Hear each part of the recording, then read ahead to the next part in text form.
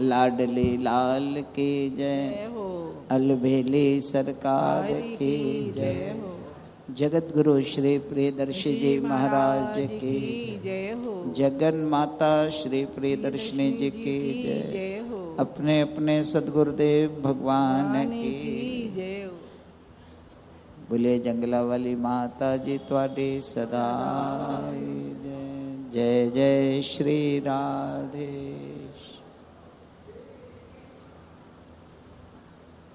इस भजन में अभिन्नता प्रकट करी। अभिन्न भाव कैसा होता है इस बात को इसमें बताया गया है। कहो मन श्यामा श्याम, ही धरि युगल छबिन गुण ज्ञाम। कहते हैं अरे मन तू श्यामा श्याम का ध्यान कर, उनका गुणगान कर, अपने हृदय में उनको धारण करो।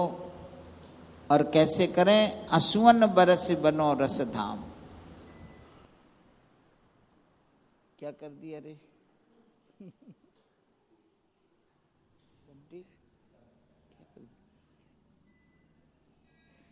आंसू बरसा करके भगवान का भजन करें।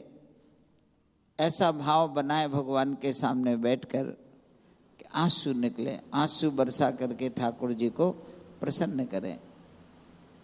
कहो मन राधा रमण ललाम। अरे मन कभी तू राधा रमण का नाम ले और कभी कह दे राधा वल्लभ लाल। वृंदावन के ठाकुर हैं ये, राधा रमण लाल, राधा वल्लभ लाल और रसिक बिहारी लाल। रसिक बिहारी माने बांके बिहारी। तो यहाँ पर संत जन कह रहे ये जितने वृंदावन के ठाकुर हैं सब एक तत्व हैं, इनमें कोई भेद मत करो। जो बांके बिहारी जी हैं वही राधा वल्लभ जी हैं, जो राधा वल्लभ लाल है वही राधा रमण लाल है। इनके अंदर आपस में भेद नहीं करना चाहिए। बहुत से लोग ऐसा करते हैं, इसलिए उनको लिखना पड़ा संतों को। क्या करते हैं? जो बिहारी जी के भक्त हैं वो राधा वल्लभ जी में नहीं जाएंगे, जो राधा वल्लभ जी के भक्त हैं वो राधा रमण लाल जी में नहीं जाएंगे। तो हमारे गुरु जी ने कहा नहीं, ये बात ठीक नहीं, अपराध है ये। भगवान के स्वरूपों में भेद नहीं करना चाहिए। एक ही तत्व, एक तत्व इन भिन्न न जान। सारा समुदाय तो भगवान कृष्ण है ना, इसलिए भेद नहीं करना चाहिए। भेद दृष्टि से आप भजन करेंगे तो नामापराध लगेगा। ये छोटा है, ये बड़ा है, ये भी नहीं होना चाहिए। हम लोग ऐसा बहुत करते हैं ना। वो वाला भगवान जो है ना वो सिद्ध है, वो वाला वहाँ वाला सिद्ध है, वो हनुमान जी सिद्ध है, वो शंकर भगवान वहाँ के सिद्ध है, वहाँ बहुत पब्लिक जाती है, बहुत भीड़ है, अपन लोग वहाँ जाते हैं। तो ये जो भेद कर दिया ना, ये छोटा भगवान ये बड़ा भगवान, ऐसा नहीं। सारे भगवान जितने हैं सब एक है, कोई तत्वता भेद नहीं। जितने हनुमान जी दुनिया में हैं वो सब एक तत्व है। जितने शंकर भगवान हैं सब एक है। जो केदारनाथ जी में बैठे वो और जो यहाँ महारानी जी के मंदिर में बैठे शिवलिंग वो एक है। क्या फर्क है दोनों में? बोलो, कोई फर्क लगता है तुमको? है, एक फर्क है, वो उतने पहाड़ पे चढ़ के जाना पड़ता है, ये जल्दी मिल जाते हैं। 4 सीढ़ी चढ़ो, शंकर जी मिल गए। ये लगता है ये सस्ते हैं, बिल्कुल जल्दी मिल जाते हैं। केदारनाथ जी जाओ, यहाँ से जाओ हरिद्वार जाओ, फिर बस बदलो, फिर वह गौरी कुंड जाओ, गौरी कुंड से पैदल जाओ, घोड़े पर चढ़ के जाओ, हैं कंडिया में जाओ, और कहीं पैर वैर फिसल जाए तो फिर नीचे जाओ। खाइयाँ हैं वहाँ तो खाई बड़े। तो लोग क्या समझते हैं वो जो तीर्थ है ना वो बड़े वाले, वो हनुमान जी बहुत, वो शंकर भगवान सिद्ध है, ऐसा नहीं मानना कभी भी। जो वो शंकर जी है केदारनाथ वाले, वही तुम्हारे मंदिर में जो यहाँ बैठे हुए हैं महारानी जी, क्या वही है, कोई फर्क नहीं है। तोला माशा रत्ती फर्क नहीं है, ऐसा भाव बनाना चाहिए। छोटा बड़ा नहीं करते भगवान में, पर हम लोग कर देते। हाँ, एक तुमने नाम सुना होगा सालासर, सुना है? कहाँ पर है? राजस्थान में सालासर का मंदिर है ना, वहाँ सवा मनी चढ़ती प्रसाद में। सवा मनी, सवा मनी माने हैं सवा मन, सवा मन का प्रसाद वहाँ बहुत चढ़ता है। सवा मन, सवा मनी चढ़ाएंगे, हमारा फलाना काम हो जाएगा ना तो सालासर भगवान हम तुमको आके वहाँ आके सवा मनी चढ़ाएंगे। सवा मनी माने 50 किलो लड्डू। सवा मन, एक मन का होता है 40 किलो, और उसमें पाव भर और जोड़ दो, 50 किलो हो गया, सवा हो गया। तो वहाँ 50 किलो लड्डू चढ़ाएंगे। कब? हैं? जब काम हो जाएगा। क्या काम हो जाएगा? बोलो। अगर मान लो 200 रुपए किलो का लड्डू तुमने चढ़ाया है, अगर 200 रुपए किलो का देशी घी का लड्डू मान लो चढ़ाया तुमने सवा मन, तो कितने का हो गया? जोड़ो, 10,000 रुपए का। ठीक है, 10,000 रुपए का लड्डू हनुमान जी को बोल के, कहाँ पर? सवा मनी, वहाँ सालासर जी में चढ़ाएंगे। ऐसा बोल के आते, फिर जाते चढ़ाने। पर कब चढ़ाएंगे? जब 1 करोड़ रुपए का काम हो जाएगा। काम कितने का बता दिया? 1 करोड़ का फायदा हो जाएगा तो सवा मन चढ़ा देंगे। अब बताओ, तुम हनुमान जी का भजन कर रहे कि हनुमान जी को ठग रहे हो? तो ये ठगना हुआ नहीं। हनुमान जी क्या करेंगे सवा मन का तुम्हारे लड्डू का? खा लेंगे हनुमान जी सब लड्डू। अपन हनुमान जी को चढ़ा के वो सवा मन ले आते वापस, फिर अपने खास खास रिश्तेदारों को इसको उसको बांटते। क्या है? सवा मनी चढ़ा के आए, हमारा काम हो गया वहां जाने से, तो ये चढ़ा दिया। अब यहां से लेके वहां तक जितने हनुमान जी हैं बीच में, उनको 1 रुपए का भी नहीं चढ़ाएंगे। और रास्ते में भी तो हनुमान जी हैं तुम्हारे घर में, मोहल्ले में, उनको नहीं चढ़ाएंगे, क्योंकि वो वाले सिद्ध हैं। सालासर वाले हनुमान जी सिद्ध हैं, वहां चढ़ाने से जल्दी काम होता है। क्या ख्याल है तुम्हारा?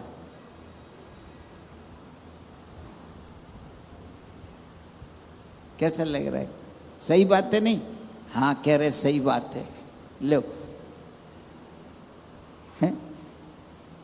यहाँ जो हनुमान जी सामने बैठे हैं ये ठीक नहीं है? यहाँ क्यों नहीं चढ़ाते सवा मनी? एक काम नहीं करते, बहुत देर लगाते काम करने में। नहीं, ये जो हमारा भजन है ना, ऐसा बुद्धि बनाना ये अपराध करता है। यहाँ पर गुरुजी लिख रहे, सिगरे ठाकुर रसिकन प्राण, एक तत्व इन भिन्न न जान।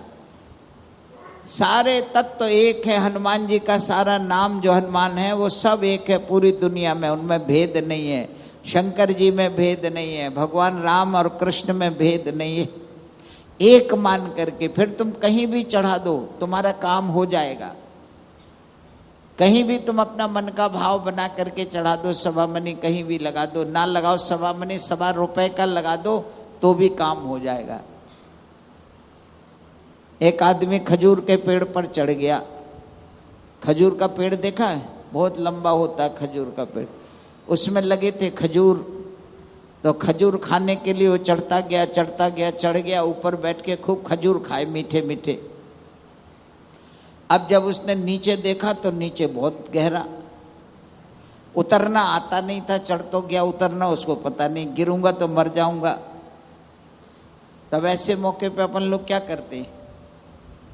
जब कहीं फंस जाते हैं, कोई बात फंस जाती है, तब क्या करते हैं? बोलो, तुम लोग तो सब समझदार हो, क्या करते फिर? हैं? भगवान को याद करते। कौन से भगवान को?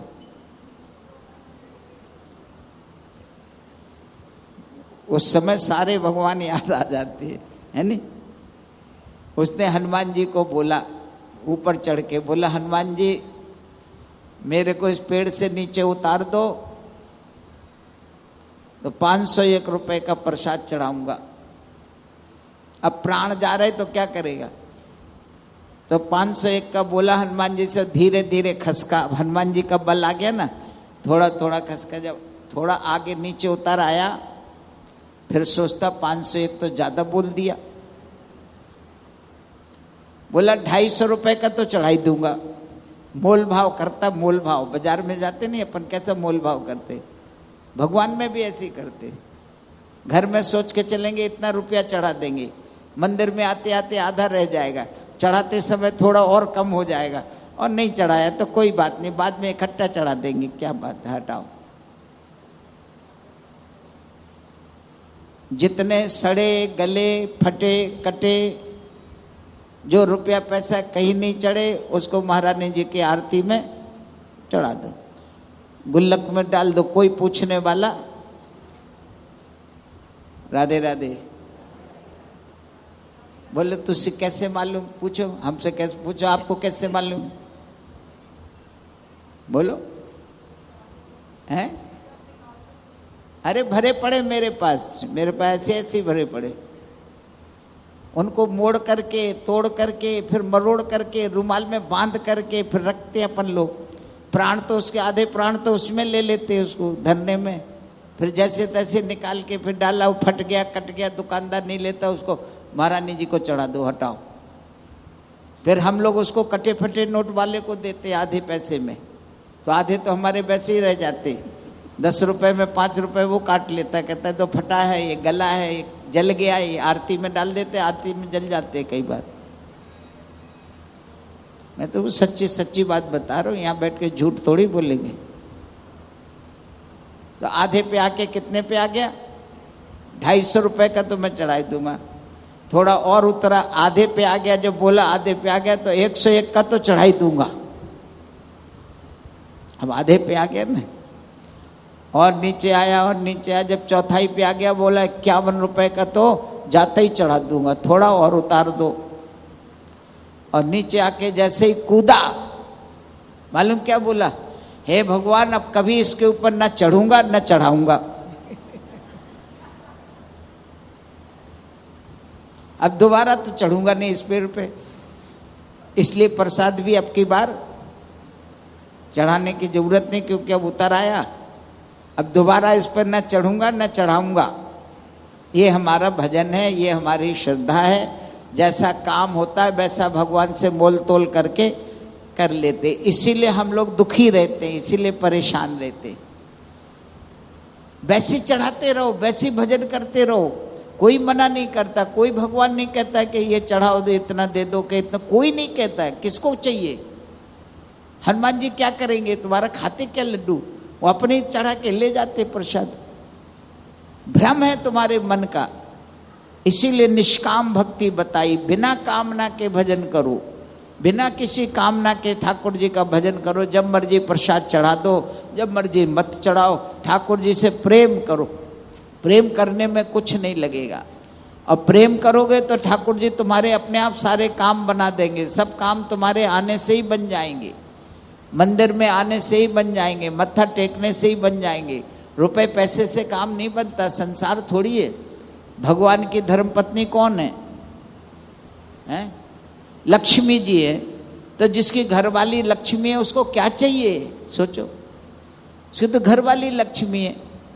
हनुमान जी राम जी के भगत है, तो उनको क्या चाहिए? उनका कोई घर गृहस्थी नहीं, वो क्या करेंगे? पर हम लोग अपने मन को संतोष करने के लिए ये सब करते हैं। तो इस भजन में कह रहे कि ऐसा मत करो। सारे भगवान एक तत्व है, जो राम है वही राम सब जगह है, जो शंकर जी है सब जगह एक हैं। किसी भी मंदिर में मत्था टेक लो, किसी भी जगह हनुमान जी को मान लो, वो तुम्हारा भगवान मान जाएगा। समझ रहे? एक आदमी की घरवाली खो गई। कौन खो गई? घरवाली खो गई तो परेशान हो गया। तो लड्डू का थाल लेकर के हनुमान जी के मंदिर में गया और हनुमान जी के सामने रख के बोला, हनुमान जी हमारी पत्नी को खोज देना, हमारी पत्नी खो गई।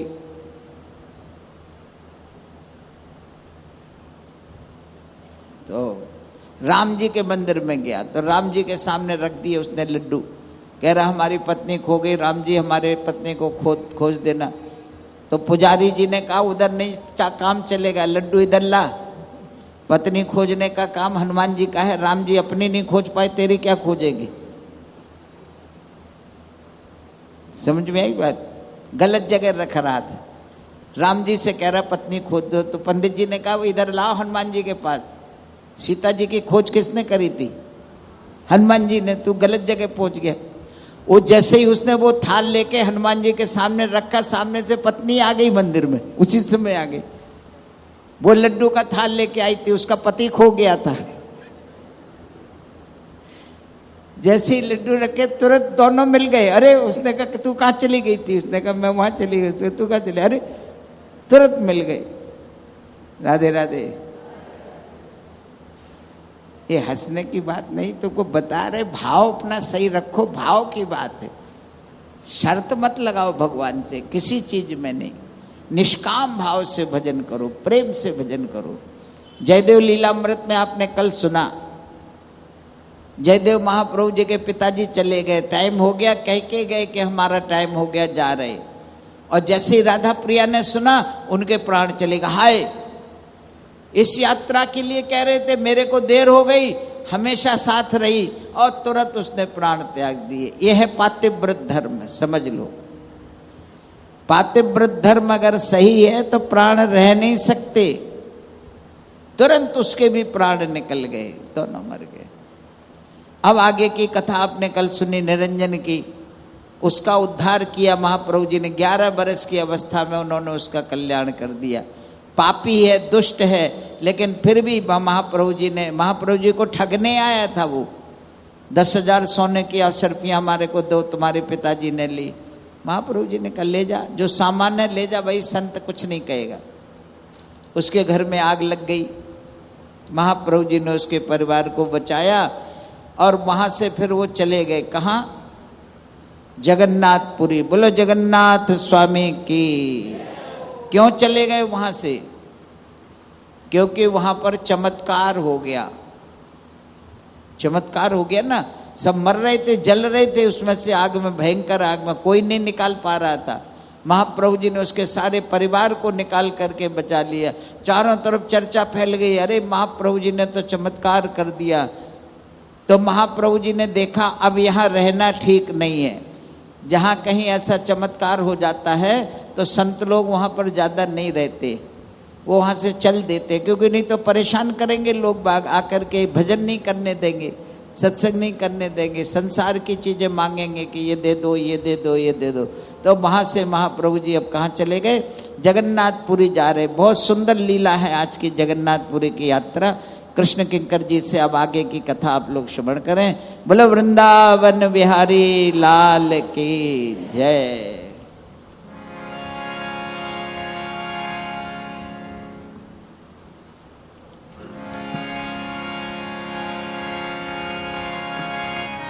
रागिनी राग संराग नाद पीयूष वर्षिणी अधरा सेवनी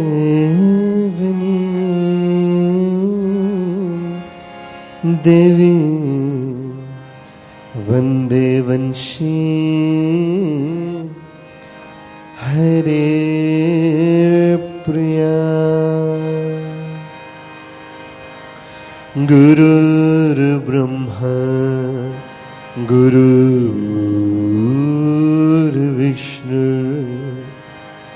गुरुर्देव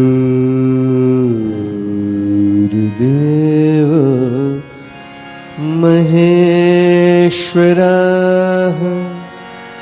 गुरुः साक्षात् परब्रह्म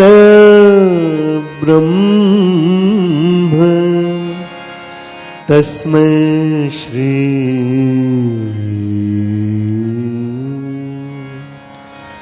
गुरवे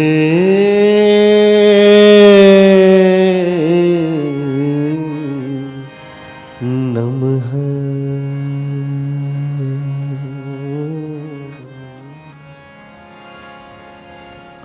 पूर्ण परात्पर ब्रह्म सच्चिदानंद भगवान श्री राधा माधव एवं प्रेम रस पिपासुमान महानुभाव आप सभी का अभिनंदन करते हैं। आज का सत्संग प्रारंभ करेंगे। थोड़ी देर नाम संकीर्तन, एक बार मैं कहूँ, एक बार आप लोग कहिएगा।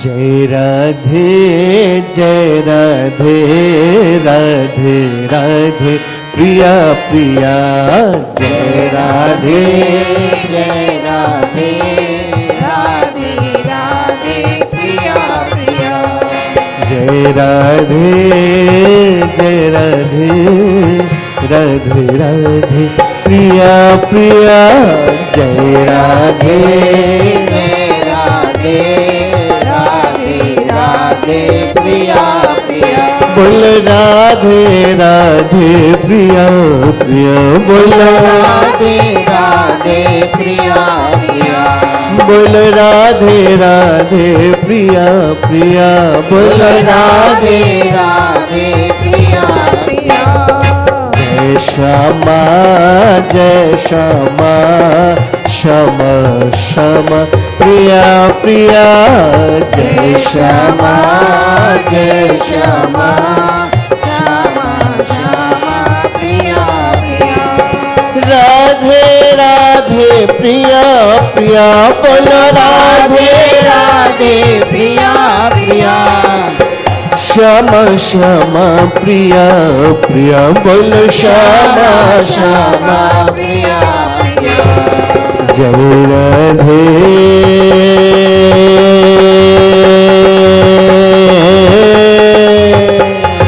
जय राधे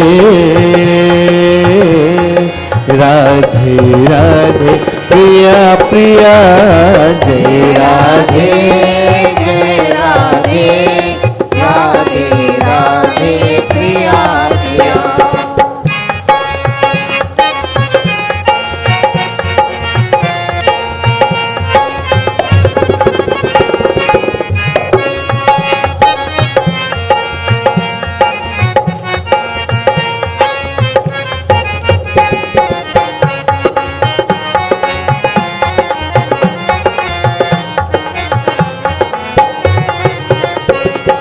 जय राधे जय राधे राधे राधे प्रिया प्रिया, जय राधे जय राधे राधे राधे प्रिया प्रिया, बोलो प्रिया प्रिया, बोलो प्रिया प्रिया, बोलो प्रिया प्रिया, वृंदावन बिहारी लाल की युगल सरकार की, प्रिया प्रीतम लाल की जय, श्री जयदेव महाप्रभु की जय, अपने अपने सदगुरुदेव भगवान की जय, जंगला वाली माता जी तोड़ी सदा जय, जय जय श्री राधे जय जय श्री राधे जय जय श्री राधे, श्याम निताय गौर हरि हरि बोल। अनंत श्री विभूषित माधुर्य रस विपूर्ण ब्रजरस रसिकाचार्य जगत गुरु श्री प्रियदर्शी जी महाराज की अनुपम कृति श्री जयदेव लीलामृत के माध्यम से आप सभी लोग श्री जयदेव महाप्रभु जी की अत्यंत मधुराति मधुर लीलाओं का श्रवण कर रहे हैं। कल हम लोगों ने सुना कि जयदेव महाप्रभु जी जगन्नाथपुरी की ओर चल दिए।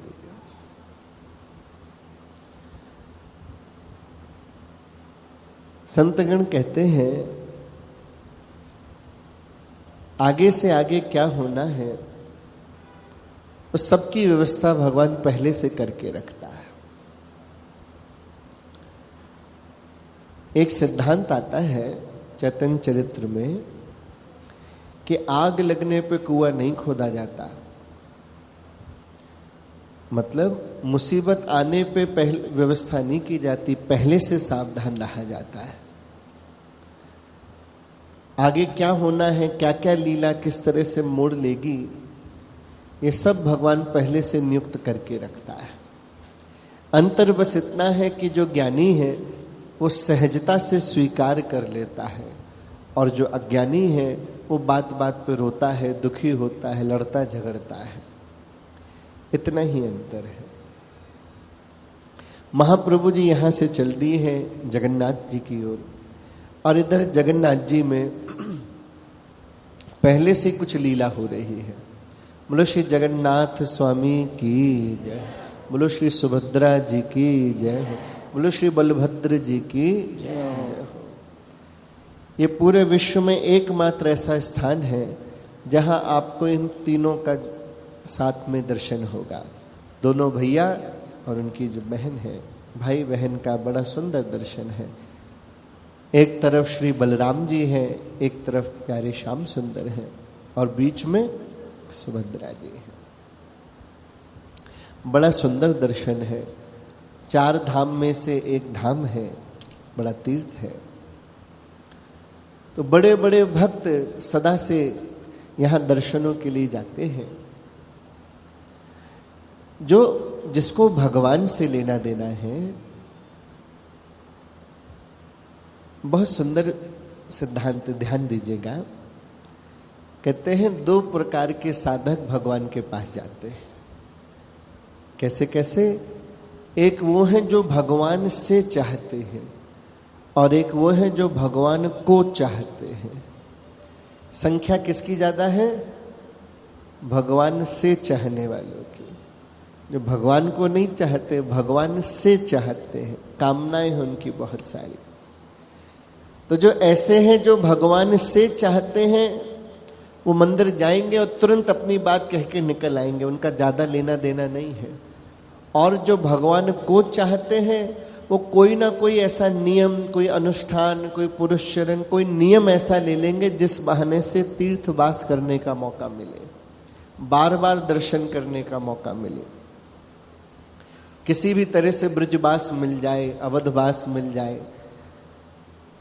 वृंदावन में, ब्रज मंडल में कितने ही ऐसे संत हैं जिन्होंने ब्रज में रहने के लिए छोटे छोटे नियम ले लिए। नियम क्यों लिए? क्योंकि मन को अगर कहीं रोकना है तो उसे कोई बहाना देना होगा। अगर सत्संग हटा दिया जाए, कीर्तन हटा दिया जाए, तो 2 घंटे कौन बैठेगा? मन लगेगा ही नहीं कि बैठे बैठे क्या करें। तो नहीं भाई, 2 घंटे कीर्तन होगा, बैठो। तो कीर्तन के बहाने वो दरबार में बैठ गया, हरि नाम भी लिया और दरबार में बैठा भी, दर्शन भी उसने किए। 2 घंटे कथा होगी, भाई कथा सुननी है, तो कथा सुनने के माध्यम से मन को एक विषय मिल गया, एक सब्जेक्ट मिल गया, तो लग जाता है। और कोई सब्जेक्ट ही ना हो तो कैसे लगेगा? तो उन्होंने नियम ले लिए कि भाई हम नित्य बिहारी जी के दर्शन करने जाएंगे। अब ये नियम मिल गया तो इसी बहाने वो रह गया कि हमारा नियम है भाई, हमें बिहारी जी जाना है। किसी ने कहा नियम सुबह शाम जाएंगे, दोनों झांकियों के दर्शन करेंगे, तो उसने अपने मन को और बांध दिया। किसी ने कहा नियम तो वृंदावन की रोज एक परिक्रमा करेंगे। अब एक परिक्रमा करनी है तो 2-2.5 घंटे लगेंगे, तो उसको 2-2.5 घंटे का एक काम दे दिया, तो वो माला करता जा रहा है। 2.5 घंटे उसने किया, और रास्ते में क्या मिलेंगे? रास्ते में मंदिर मिलेंगे। तीर्थों में है क्या? मंदिर है, तो रास्ते में मंदिरों के दर्शन करता जाएगा। श्री यमुने महारानी के दर्शन करेगा, आचमन करेगा, स्नान करेगा, परिक्रमा कर ले। किसी ने नियम ले लिया कि सुबह शाम परिक्रमा करेंगे, किसी ने कहा 3 टाइम परिक्रमा करेंगे। वृंदावन की तो फिर भी छोटी परिक्रमा है। ऐसे ऐसे साधक हैं जो गिरिराज जी की जो 21 किलोमीटर की परिक्रमा है, ऐसे आज भी ऐसे कई संत हैं जो दिन में 3 बार गिरिराज जी की परिक्रमा करते। 21 किलोमीटर सुबह, 21 किलोमीटर दोपहर और 21 किलोमीटर शाम को। इतना नित्य परिक्रमा करते नियम से। ऐसी भयंकर गर्मी में भी नंगे पांव उनको अभी समय परिक्रमा कर रहे होंगे। आंधी आए, तूफान आए, बरसात हो, ठंड हो, गर्मी हो, का नियम है। ऐसे ही बहुत सारे लोग जब तीर्थवास करते हैं तो कोई भाव जोड़ लेते हैं, कुछ नियम जोड़ लेते हैं, जिस बहाने से बास उनका बना रहे और साधना चलती रहे, नहीं तो मन उचट जाएगा। दक्षिण में एक दंपति थे, सुदेव शर्मा और उनकी पत्नी, बहुत सुंदर संगीतकार थे, गायन, वादन और नृत्य तीनों ही कलाओं में बड़े निपुण थे, बड़े योग्य थे। उनके ऊपर ना जाने कैसी जगन्नाथ जी की कृपा हुई कि दक्षिण से वो सारे लोग जगन्नाथपुरी आ गए और ऐसा नियम बना लिया कि नित्य सुबह से ही वो जगन्नाथ मंदिर जाते और जो अपनी संगीत की कला है उससे जगन्नाथ जी को प्रसन्न करते हैं। हमारे गुरुदेव भगवान कहते हैं, अगर संसार से मन ना हटे, कई बार संसार से मन हटाना बड़ा मुश्किल हो जाता है। कोई काम में आप बहुत प्रवीण हैं, कोई कला आपको आती है, वो काम तो होगा तो संसार का ही कोई ना कोई, तो अगर ना हटा सके तो उस काम को ही ठाकुर जी से जोड़ दो। कोई भोजन अच्छा बना लेता है तो उस भाव को बना ले कि हम नित्य नए नए पकवान महारानी जी को भोग लगाएंगे। तो क्या हुआ, वो जो कला उसको आती थी वो किस काम में आ गई? ठाकुर जी की सेवा में आ गई। कोई बढ़िया पोशाक बना लेता है, श्रृंगार कर लेता है, तो हम महारानी जी की बढ़िया बढ़िया पोशाक बनाएंगे। इनको संगीत में बहुत रुचि है, संगीत बहुत अच्छा आता है, तो उन्होंने क्या किया, इसी को ठाकुर जी से जोड़ दो। तो नित्य जगन्नाथ जी को नए नए पद सुनाते हैं। जगन्नाथ रिझवत रहत गायन परम प्रवीण। लक्ष्य क्या है? जगन्नाथ जी को रिझाना। साधक का लक्ष्य क्या होना चाहिए कि अपने इष्ट को कैसे प्रसन्न किया जाए। सीधी सी बात। अनुकूलस्य संकल्पः प्रतिकूलस्य वर्जनम, कि जो हमारे इष्ट के अनुकूल है, अनुकूल माने जो उन्हें पसंद है, वो काम हमको करना है, और प्रतिकूलस्य वर्जनम, जो उनको नहीं अच्छा लगता है उन बातों से दूर रहना है। बट प्रायः क्या हो जाता है? उल्टा हो जाता है। कैसे उल्टा हो जाता है? जो उन्हें नहीं पसंद है वो तो अपन करते रहते हैं, और जो उन्हें पसंद है वो बंद हो जाता है, उल्टी चीज हो जाती है। इसलिए सत्संग अनिवार्य है। सत्संग जगाता है, याद दिलाता है बार बार कि ऐसा नहीं करना है। जो महारानी जी को पसंद है वो हमें करना है। ये पता कैसे चलेगा कि क्या पसंद है? तो सत्संग के माध्यम से, कथाओं के माध्यम से पता चलता है कि महारानी जी को क्या अच्छा लगता है, कि राधा माधव को क्या अच्छा लगता है, सीताराम को क्या अच्छा लगता है। तो दोनों दंपत्ति जो हैं, पति पत्नी, जगन्नाथ रिझवत रहत गायन परम प्रवीण, जगन्नाथ जी को रिझाने के लिए वहां अपनी सेवा देते हैं। प्रिय नाथ सेवा करत ने कहूँ मन न आघात। पति पत्नी दोनों बैठ करके बातें कर रहे हैं, और सुदेव शर्मा जी की पत्नी ने कहा कि जगन्नाथ जी की सेवा करते करते मन आघाता ही नहीं। याद करें, ऐसी ही बात किसी और ने भी कही थी क्या? कहना, अपन दूसरों की बातों में इतना नहीं पड़ते महाराज, हम अपनी अपनी बात में ध्यान रखते हैं। ये सेम बात जयदेव महाप्रभु के माता पिता ने आपस में बात की थी। कहाँ पे? लाहौर में। जब सबसे पहले राधा प्रिया जी जो उनकी माँ है, ठाकुर जी की नित्य सेवा करती, तो उनके पिता जो हैं जयदेव महाप्रभु के, उनसे कह रहे हैं कि तेरा तो मन ही नहीं अघाता है अपने गिरधर लाल की सेवा करने में। तो यहाँ मानो ये लक्षण बता रहे हैं कि भगवत भक्तों के कैसे लक्षण है कि सेवा करते करते उनका मन ही नहीं अघाता, मन करता और सेवा करें, और बढ़िया बढ़िया क्या कर सकते हैं और रुचि बढ़ाए उसमें। और यहाँ ये दोनों भी इसी बात को कर रहे हैं कि जगन्नाथ जी की सेवा करते हुए मन ही नहीं अघाता है। कितने वर्ष हो गए हमें दक्षिण से यहाँ आए हुए। निज गायन सो प्रभु ही रिझाए, अपने गायन से हम जगन्नाथ जी को रिझाते हैं, और गाए गाए हम अति सुख पावे। जगन्नाथ जी के लिए गाने में हमें सुख मिलता है, और बिना गाए उदास हो जावे।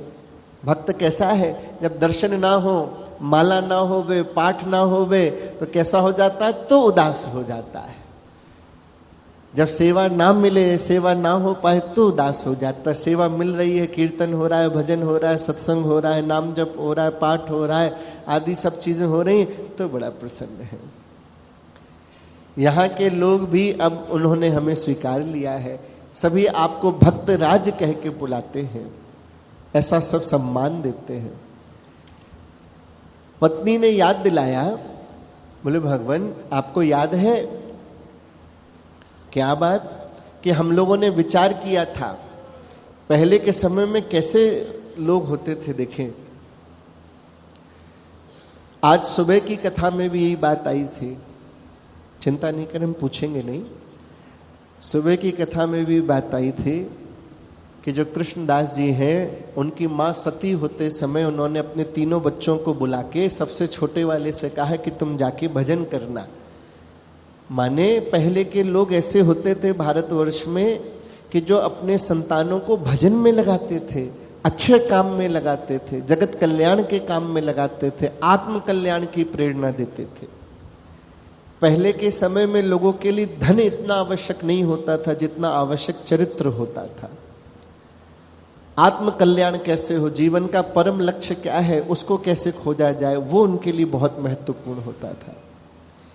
आज ये दोनों भी यही बात कर रहे हैं कि सुदेव जी की पत्नी कह रही है कि याद है आपको, अपन ने विचार किया था, संकल्प लिया था। क्या संकल्प लिया था? कि जो भी हमारी पहली संतान होगी उसको हम जगन्नाथ जी को सौंप देंगे। सुनने में बहुत सरल बात है, लेकिन प्रैक्टिकली बड़ा दिल चाहिए, कितनी भक्ति, श्रद्धा और निष्ठा चाहिए कि वो दोनों आपस में बात कर रहे हैं कि जो भी हमारी पहली संतान होगी वो हम जगन्नाथ जी की सेवा में सौंप देंगे, जगन्नाथ जी के दे देंगे। पहली संतति होए हमारी, वाको हरि सेवा मह दइए, या विधि प्रत्युपकार जनई है, सो प्रभुनाथ कृपा सो पाई, यह पद्मा पुत्री मन भाई। हे सुदेव जी से कह रही हैं कि जगन्नाथ जी की कृपा से अपने घर में कन्या हुई, उसका नाम पद्मा रखा है, और ये भी गायन वादन नृत्य में बहुत ही कुशल है। जैसो रूप दियो बलिहारी, तैसो ही गुण प्रकाश सो न्यारी। जैसो इसको रूप दिया है वैसे इसके अंदर गुण है। भगवान के गायन में, नृत्य में, वादन में ये बड़ी कुशल है, इसके जैसा कोई दूसरा नहीं है। इसलिए ये अपने संगीत से, अपने गुणों से जगन्नाथ जी को रिझा सकती है। या को यह श्रीनाथ रिझइए, और परम प्रेम यह प्रभु को पाइए। इस प्रकार इसका जीवन धन्य होगा। प्रायः संसार में ऐसा देखा जाता है कि जब कोई शुभ संकल्प लेता है व्यक्ति, और शुभ संकल्प अगर बड़ा हो, तो जब मौका पड़ता है तो प्रायः आदमी भूल जाता है, याद नहीं करना चाहता है। कभी कभी जोश जोश में संकल्प तो आदमी बड़ा ले लेता है, और बाद में उसको लगता है कि ज़्यादा हो गया भाई, बड़ा संकल्प ले लिया, ऐसा नहीं लेना था। अपने पहली संतान को भगवान को सौंप देना छोटा संकल्प नहीं है, साधारण व्यक्ति के लिए बहुत बड़ा संकल्प है। दूसरा होवे तो कहे कि याद मत दिलाना, वो लिया था तब की बात थी, अब तो बहुत साल हो गए, ये सब की जरूरत नहीं है, बहाना बना सकता है। यहाँ पत्नी याद दिला रही है कि स्वामी आपको याद है, ऐसा हमने संकल्प लिया था, वचन दिया था, अब अपनी कन्या बड़ी हो गई, विवाह योग्य हो गई है, गुणवान है, तो इसको हमें जगन्नाथ जी को सौंपना चाहिए। तो संसारी कोई दूसरा पति हो तो इस बात पे झगड़ सकता है कि क्या बात कर रही हो, पागल हो क्या, ये सब कहने की बात है, ऐसा थोड़ी ना किया जाता है, तो तब की बात अलग थी, अब ऐसा नहीं करना, नहीं। लेकिन जो भक्त है वो अपनी बात पे अडिग रहता है। जो अपनी बात पे रहे वही तो संत है, वही तो भक्त। फिर एक साधारण आदमी में और एक संत में क्या अंतर रह जाएगा। यही बात तो कैकेयी ने दशरथ जी से कहा। जब बार बार दशरथ जी प्रार्थना करने लगे तो कैकेयी ने कहा नहीं देना है तो मत दो, कोई बात नहीं, हमने तुमसे 2 वरदान मांगे, तुम्हें नहीं देना है तो मत दो, नहीं कर दो। दशरथ जी ने कहा यही तो नहीं कर सकता हूं, ना ही तो नहीं कह सकता हूं। रघुकुल रीत सदा चली आई, प्राण जाए पर वचन न जाए। ये तो हमारी रघुकुल की रीत है, वचन ही तो नहीं त्याग सकता। प्राण भले ही चले जाए, और जो तू वरदान मांग रही है मैं देख रहा हूं कि मेरे प्राण ले लेंगे, बिना राम के मैं रह नहीं सकूंगा। पर रघुकुल रीत सदा चली आई, प्राण जाए पर वचन न जाए। ये हमारी भारतीय संस्कृति की परंपरा रही, ये हमारे बुजुर्गों ने हमारे बड़ों को सिखाया, हमारे बड़ों ने हम लोगों तक पहुंचाया। अब हम इसे आगे कैसे पहुंचाते हैं? सबसे सुंदर वस्तु जो हम लोगों को मिली है ना, वो हमें मिली है एक अधिकार, जैसे इनको मिला। यहाँ चाहे तो सुदेव शर्मा मना कर सकते हैं, कौन रोकेगा? पति पत्नी की बात है, किसी तीसरे व्यक्ति के सामने तो कही नहीं है, मना कर दें तो कौन कुछ कह रहा है? जीवन में सावधानी से इस बात को समझिएगा।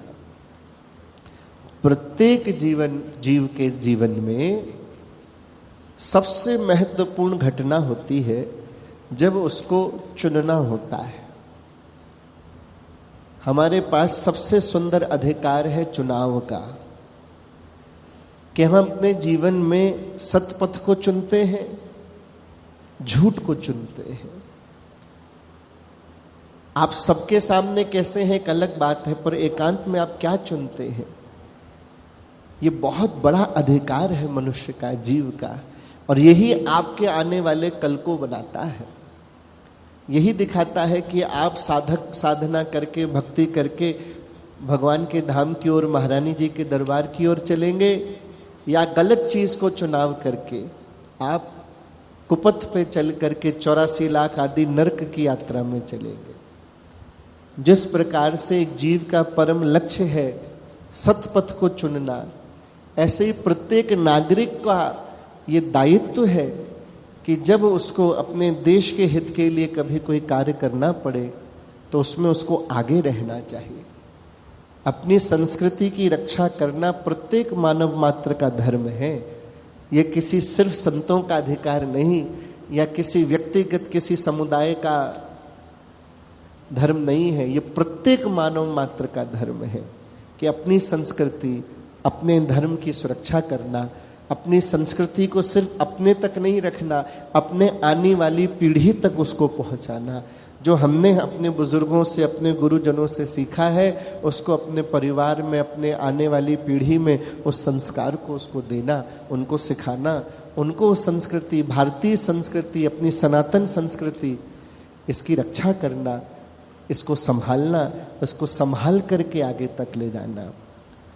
इसलिए प्रत्येक व्यक्ति को भजन भी करना चाहिए, और जब संसार में रहते हुए देश में जब इतना बड़ा आयोजन हो रहा हो तो प्रत्येक व्यक्ति को मतदान करना चाहिए।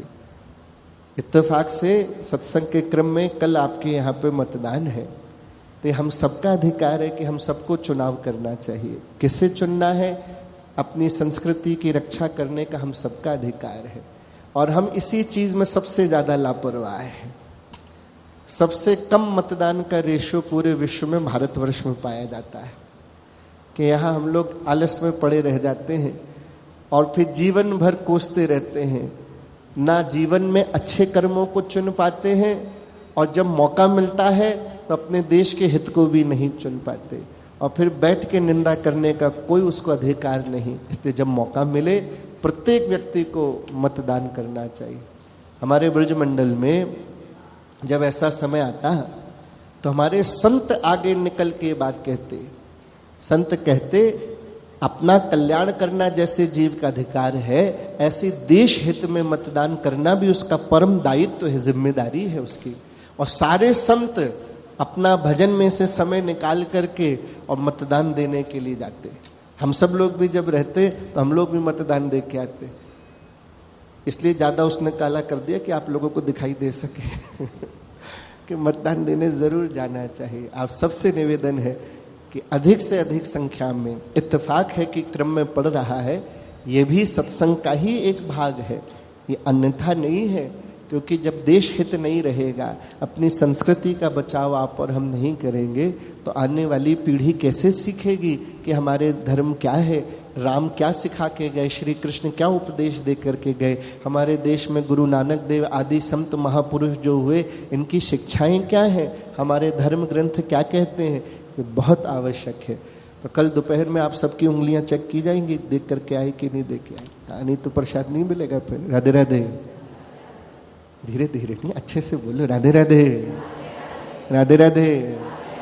कौन कौन नहीं जाएगा कल? अपन सबको जाना है। हम सबको नहीं, आप हो क्या, हम तो अपना दे आए, आप भी अपना दें, ये अधिकार है। हमारे गुरुदेव भगवान कहते कि जरूर जा करके मतदान देना चाहिए। तभी देश और राष्ट्र की रक्षा और सुरक्षा हो सकेगी। इसलिए इसमें पीछे नहीं हटना, जरूर जाएं। राधे राधे। एक और सुंदर बात बताएं आपको, कहाँ चल रही थी कथा? चुनाव सिर्फ 5 वर्ष में या नहीं होता, भक्त के जीवन में बहुत सारे चुनाव आते हैं जहां उसे चुनना होता है। जैसे सुदेव शर्मा के सामने चुनाव है कि अपनी पत्नी उनकी जो याद दिला रही है, उनका संकल्प वो चुने कि नहीं चुने। जैसे ये निर्धारित करेगी कि वो धर्म पे रहेंगे कि नहीं रहेंगे, ऐसे आपका चुनाव भी ये निर्धारित करेगा देश के भविष्य को। इसलिए इसको लापरवाही नहीं करनी चाहिए। छोटी बात नहीं है, बहुत बड़ी बात है। विश्व का सबसे बड़ा लोकतंत्र हमारे देश का है और हम सबको बड़ा गर्व होना चाहिए कि हम भारतीय हैं। राधे राधे, राधे राधे, राधे राधे। हाँ, जब ये हरि कथाएं होती हैं ना, आपको एक छोटा सा एक अनुभव शेयर करते हैं, फिर आगे के प्रसंग को आगे बढ़ाएंगे। जितनी प्रसन्नता भारत में रहने वाले लोगों को हरि चर्चा सुन के होती है, उससे भी कई अधिक गुना हर्ष और प्रसन्नता जो देश के बाहर रहते हैं, और जब उन्हें सत्संग सुलभ होता है तो उनको और अधिक प्रसन्नता होती है, क्योंकि उनको उस चीज़ का अभाव है। तब वो वहाँ जब मिलते हैं तो अपना अनुभव कहते हैं कि जब तक हम देश में थे तब हम इतनी वैल्यू नहीं कर पाए अपने देश के मंदिरों की, अपने पूर्वजों की, अपने बुजुर्गों की, अपनी संस्कृति की। लेकिन जब यहाँ बाहर आते हैं और फिर कभी उनको जब सत्संग मिलता है, हम लोग जाते हैं, देखते हैं, तो अधिक से अधिक संख्या में पधार के उसका रस लेते हैं, क्योंकि जानते हैं कि यहाँ सब तो मिल सकता है, लेकिन जो भारतीय सुगंध की संस्कृति का जो रस है वो दुनिया में कहीं नहीं मिल सकता। तो इसलिए जो भारत की विशेषता है, ये वो मिट्टी है जहाँ सारे अवतार यहीं हुए, सारे बड़े बड़े महापुरुष यहाँ प्रकट हुए। तो हम लोगों का बड़ा सौभाग्य है, बड़ी महारानी जी की हम सब पे कृपा है कि हम भारतवर्ष में पैदा हुए। यहाँ की जगह कहीं और होते तो सत्संग कहाँ मिल पाता, यमुना जी के दर्शन कहाँ मिल पाते, महारानी जी के दर्शन कैसे होते, श्री गंगा जी के दर्शन, अयोध्या जी के, वृंदावन धाम के, हरिद्वार, ऋषि के, कितने सारे तीर्थ हैं अपने यहाँ, कितनी सारी कृपा भगवान ने दे रखी है। इसलिए सही चीज़ चुनना चाहिए। सुदेव शर्मा को जब उनकी पत्नी ने कहा कि आपको याद है हमने ऐसा वचन दिया था, ऐसा संकल्प लिया था, क्या संकल्प लिया था कि जो भी पहली संतान होगी उसे हम जगन्नाथ जी को सौंपेंगे। अब किस जगह चुन रहे हैं? तुरंत सुदेव शर्मा ने कहा, हाय भूल निज प्रण गयो, मैं तो भूल ही गया था। यहां एक और बात संतों ने कही, कभी जीवन में कोई गलती हो जाए तो एकदम हताश और डिप्रेशन में नहीं चले जाना है। आपको अपराध बोध होना चाहिए, वो सही है, लेकिन अपराध बोध होने के बाद गिल्ट में चले जाओगे तो एक नया अपराध कर दोगे। हम मनुष्य हैं, सीख रहे हैं, आखिरी श्वास तक हमसे गलती होने की संभावना है। गलती होने पे गलती का रियलाइजेशन होना चाहिए, अपराध बोध पता होना चाहिए, लेकिन तुरंत उसको स्वीकार करना भी आना चाहिए और स्वीकार करके तुरंत उसे सुधारने में लग जाना चाहिए। ना कि इस बात की माला करनी चाहिए कि मुझसे तो गलती हो गई। हम लोग नई माला चालू कर देते हैं, पहले महारानी जी की कर रहे होते हैं और जब पता चल जाता गलती हो गई तो फिर गलती की माला करते रहते हो, गलती हो गई, गलती हो। ये माला करने से ठीक नहीं होगी। गलती हो जाए तो उसको स्वीकार करना चाहिए, उसको ठीक करने के प्रयास में लगना चाहिए। सुदेव शर्मा ने तुरंत कहा कि हाँ मेरे से गलती हो गई, मैं तो भूल गया, मुझे तो याद ही नहीं रहा कि ऐसा वचन दिया था। हो कैसो बौरान में कैसा बौरा गया, याको वर खोजत फिरूं साचो पति ही भुलान, इसके लिए मैं पति ढूंढ रहा हूँ, लड़का ढूंढ रहा हूँ। ये तो भूल ही गया कि सच्चा पति, सच्चा स्वामी तो जगन्नाथ बैठा हुआ है। तुरंत तुमने अच्छा किया कि तुमने मुझे याद दिला दिया। उसने सही चीज को चुना, सही चुनाव उसने किया कि तुमने अच्छा किया। अपनी गलती को मानने में कोई शर्मिंदगी नहीं होनी चाहिए, गलती मान करके उसको सुधारना ये सत्पुरुषों का कर्तव्य है। सुदेव शर्मा ने यही किया कि हाँ अच्छा किया तुमने, झगड़ा नहीं किया पत्नी से कि क्यों याद दिला दिया, अच्छा खासा भूल गया था मैं ना, धन्यवाद दिया, तुम यह अति उत्तम कियो, अप्रिशिएट किया कि आपने बहुत उत्तम किया कि मोहे सुस्मरण दिवाए, मुझे स्मरण नहीं कराया, सुस्मरण सुंदर स्मरण करा दिया इस बात का। जगन्नाथ सो श्रेष्ठ वर मोकू कहूं ना दिखाए, जगन्नाथ से श्रेष्ठ वर कौन हो सकता है। ऐसा सोच करके पत्नी ने कहा तो प्रभु तो शुभस्य शीघ्रम, शुभ कार्य में देरी कैसी। तुरंत सब लोग जो हैं मंदिर की ओर चल दिए। अस विचार दंपति चले पद्मा कहले संग, पद्मा जी को अपने साथ लेके जगन्नाथ जी के मंदिर में चले। वहां जाके सबने प्रणाम किया और दोनों पति पत्नी ने जगन्नाथ जी से हाथ जोड़ करके प्रार्थना करी। सर्व समर्थ आप जग स्वामी, भयो कृपासो पूर्ण कामी। हे सर्व समर्थ जगन्नाथ, हे प्रभु, आपके ही आशीर्वाद से मेरे घर में कन्या प्रकट हुई है। रूपशील गुण गणन विचारी, रूपशील गुणों में सब प्रकार से हमारी पुत्री जो है, आपके समान वर के अलावा किसको वर्णन करें। हम इसको आपको सौंपने आए हैं, पूर्ण करो हम दो मन भाव, इसको स्वीकार करके आप हम पे कृपा करें। अबलो यह संयोग के राख्यो, इन पालन पोषण रस चाख्यो, जैसो मोह पे प्रभु बनी पायो, नृत्य गीत सदगुणन सिखायो। हे भगवान, जैसा हम पे बन सका हमने इसको हर चीज सिखाई है, इसको गुणों से युक्त किया है। जान प्रभु ही सर्वस्व निज, बेटी करो प्रणाम, या की चरण शरण करे, तो परिपूर्ण काम। रसिक वर श्याम श्यामा श्याम, रसिक वर श्याम श्यामा श्याम, रसिक वर श्याम श्यामा श्याम। पद्मा जी से कहा कि अब यही तुम्हारे सर्वस्व है, प्रणाम करो। उन्होंने प्रणाम किया और पद्मा जी ने बड़ा सुंदर भाव वहां गाया। मेरी गति मेरो पति जगन्नाथ स्वामी, वामे रति वामे मति वाकी अनुगामी, जाको दियो मात पिता वाकी कहाई, जासो नाथ जोर दियो वासो प्रीत लाई, वाको रूप बसो मोरे रोम रोम आई, निकसे नहीं काऊ भांति गयो रे समाई, प्रियदर्शी प्राणनाथ चरण शरण दीजो, तोरी सब भांति भई दासी कर लीजो, मेरी गति मेरो पति जगन्नाथ स्वामी, वामे रति वामे मति वाकी अनुगामी। पद्मा जी ने भी स्वीकार कर लिया। यहां प्रायः एक सवाल आता है, लोग प्रश्न करते हैं कि कथाओं में हम सुनते हैं कि माता पिता ने कहा, संतान ने सुन लिया, पद्मा जी ने एक बार में मान लिया, विरोध नहीं किया कि भाई मैं क्यों जगन्नाथ जी को स्वीकार करूं, ये तो आपका संकल्प था, इसमें मेरा क्या लेना देना, मैं नहीं मानती, यहाँ क्या करूंगी मंदिर में, मेरे जीवन में कितना कुछ है करने को, आप मुझे यहाँ मंदिर में छोड़े जा, कह सकती थी, विरोध कर सकती थी। ऐसा हुआ क्यों नहीं?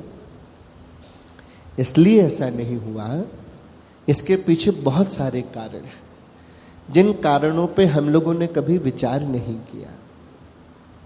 अक्सर इन बातों का उदाहरण दिया जाता है, पुनः यहाँ पे दोहरा रहे हैं, क्योंकि हम लोगों ने आधी अधूरी ही चीजें देखी हमेशा।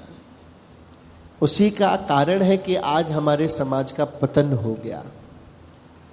आज हम जिस भी स्थिति में हैं, इसका सबसे बड़ा कारण कोई और नहीं है, इसके प्रमुख कारण हम लोग स्वयं हैं, क्योंकि हमने कभी अपने आप को जानने की चेष्टा ही नहीं करी, हमने कभी अपने संस्कृति को जानने की चेष्टा ही नहीं करी, हमने कभी अपने धर्म को पढ़ने की, सुनने की, समझने की कोशिश ही नहीं करी। हमने आधी अधूरी बातें सीखी, जैसे मंदिर जाना चाहिए ये सीखा, कथा में जाना चाहिए ये सीखा, संतों के पास जाना चाहिए ये सीखा, तीर्थों में जाना चाहिए ये सीखा। इतना तो सीख गए, मुख्य बात भूल गए। मुख्य बात क्या? कि मंदिर में जाके करना क्या चाहिए, कथा में जाके करना क्या है, तीर्थ में जाके करना क्या है, संतों के पास जाके करना क्या है, ग्रंथों से लेना क्या है, ये चीज भूल गए। आधी अधूरी चीज सोच के बैठ गए, तो इसलिए अपने को लगता है मंदिर हुआ है तो काम हो गया। कथा में जा करके बैठ गए तो सब अपने अकाउंट में लिख दिया जाएगा। महापुरुषों ने कहा बिल्कुल नहीं लिखा जाएगा। अब अपन कहें अपन फालतू में 2-2 घंटा बैठे, अकाउंट पे नहीं लिखा जाएगा।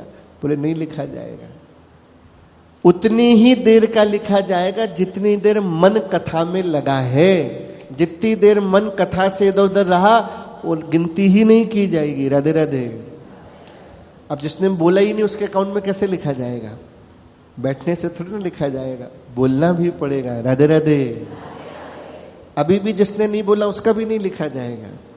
राधे राधे। कौन सा वाला राधे राधे अच्छा था, पहले वाला कि तीसरा वाला? तो ये प्रैक्टिकल अंतर है।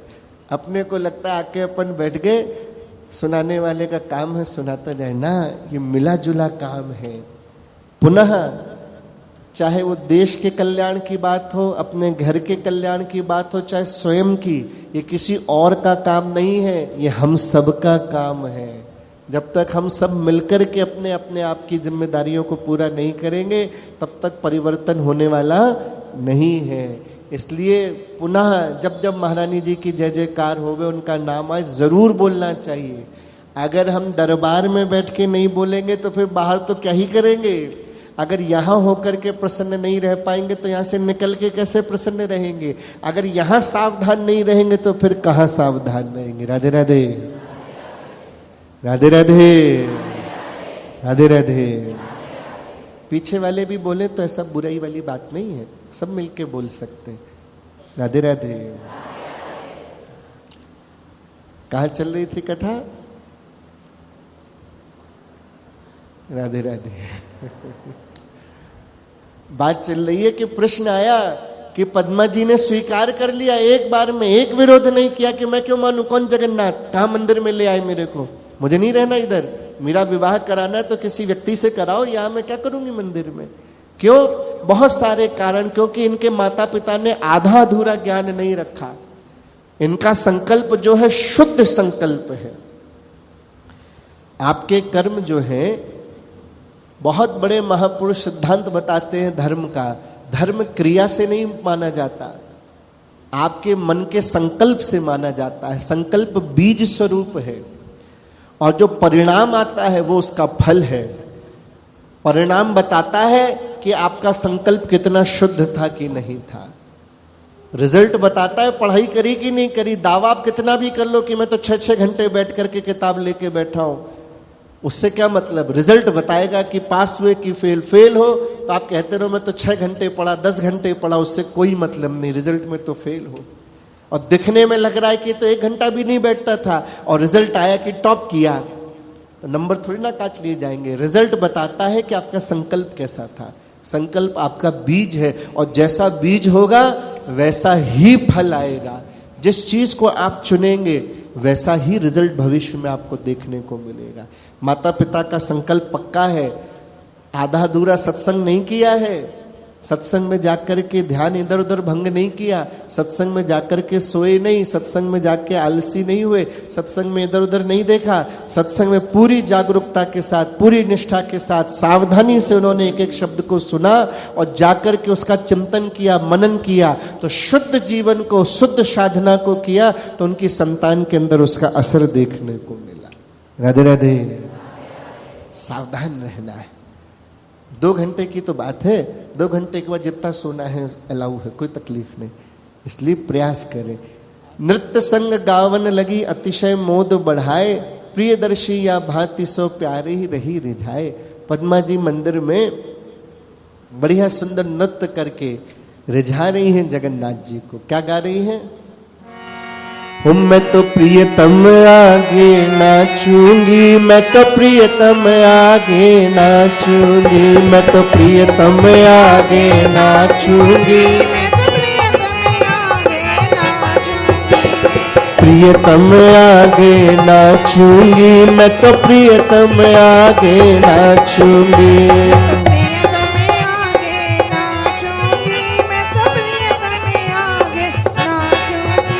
नाच गाए प्रियतम ही रिझाऊं, नाच गाए प्रियतम ही रिझाऊं। अरे उन मन की रुचि बाचूंगी राधे, उन मन की रुचि बाचूंगी। मैं तो प्रियतम आगे नाचूंगी, मैं तो प्रियतम आगे नाचूंगी, मैं तो प्रियतम आगे नाचूंगी।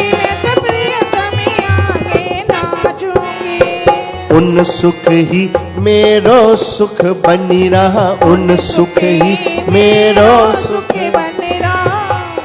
पद्मा जी कह रही मैं तो अपने स्वामी के सामने जगन्नाथ के आगे नाचूंगी। नाचना तो संसार में प्रत्येक जीव को पड़ता है। कोई माया के सामने नाच रहा है, दुनिया नचा ही तो रही है, संसार में नाची तो रहे, यहाँ से वहाँ, वहाँ से वहाँ। सबसे बढ़िया ये है कि जो संसार को त्याग करके अपने ईश्वर महारानी जी के सामने आनंद लेता है। पद्मा जी कह रही है मेरा सुख तो इनके सुख में है। हमारे वृंदावन में कहते हैं, सिद्ध संत हुए हमारे यहाँ, वो कहते कि जब कीर्तन होता है तो उसमें जब ताली बजाते हैं ना, तो क्या होता है, ताली बजाने से ताली बजाने वाले के सारे पाप निकल के भागते हैं। और इतने सारे भागते तो कहाँ जाते हैं, जो नहीं बजा रहा होता। बता हमने दिया, अब आपकी मर्जी, बजाओ ना बजाओ। तो जो बजाता है उसके तो पाप भागते हैं, जो नहीं बजाता उसके पास पहुंच जाते हैं। यहाँ पद्मा जी कह रही है मेरा सुख तो जगन्नाथ जी के सुख में है और कुछ नहीं चाहिए मुझे। उन सुख ही मेरो सुख बनी रहा, उन सुख ही। अरे उन सौ कछु न जाचूंगी राधे, उन सौ कछु न जाचूंगी। मैं तो प्रियतम आगे नाचूंगी, मैं तो प्रियतम आगे नाचूंगी, मैं तो प्रियतम आगे नाचूंगी। उन सेवा में अति सुख पाऊं, उन सेवा में अति सुख राधे, अति सुख पाऊं, अति सुख।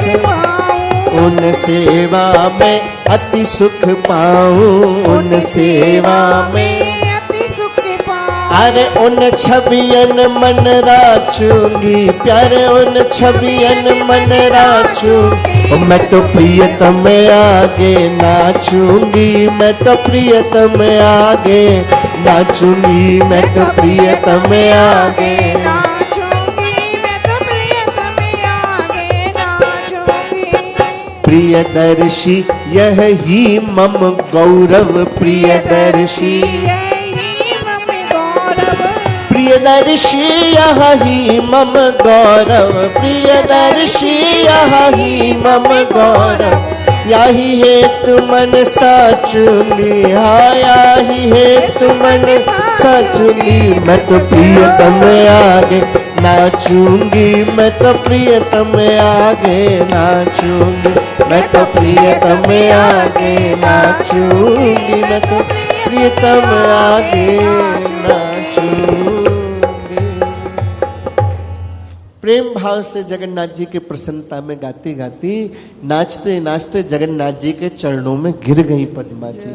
और जैसे ही गिरी वैसे ही जगन्नाथ जी के गले में जो माला थी वो निकल के पद्मा जी के गले में पड़ गई। जय हो। जब कहीं कुछ ऐसी घटना आए तो हम मिलकर के बोलना चाहिए जय हो, ऐसे कंजूसी से नहीं, जय हो। कितना सुंदर लीला भाई। पद्मा जी चरणों में गिरी और जगन्नाथ जी के गले की माला उनके गले में। श्री चरणन अर्पित भई पितु आज्ञा अपनाए, और श्री विग्रह सो निकस के सुमन माल छवि छाए। गले से माला उतर के उनके गले में आ गई। वहाँ उनके माता पिता बड़े प्रसन्न, मानो तो ही अपनायो नाथ ने, मानो जगन्नाथ जी ने तुझे स्वीकार कर लिया। बड़े प्रसन्न हो गए। यह तेरो सर्वस्व है। समझा रहे हैं कि हे पुत्री, ये जगन्नाथ ही तेरा सर्वस्व है। और ये सिर्फ पद्मा जी के सर्वस्व नहीं है, हम सबके सर्वस्व हैं। महारानी जी हमारी सर्वस्व है। जब तक ये भाव नहीं होएगा तब तक बात नहीं बनेगी। अभी आधा आधा मामला है। महारानी जी भी हमारी है और संसार भी हमारा है। एक होना चाहिए, या तो संसार को अपना बना ले या तो महारानी जी को। किसको बनाना होगा? इतनी बुलंद आवाज जरूर सुनेंगे, इतनी जोर से नहीं बोलना पड़ता है। हाँ, महारानी जी किसी एक को चुनना होगा। जब तक एक नहीं चुनेंगे तब तक अनन्यता नहीं आएगी। वो समझा रहे हैं कि यही तेरे सर्वस्व है। यही हर बड़े को समझाना चाहिए, अपने बच्चों को, अपने घर वालों को, कि संसार में रहना तो है, संसार है काम चलाऊ, संसार तो थोड़े समय के लिए है, भगवान सदा सदा के लिए है।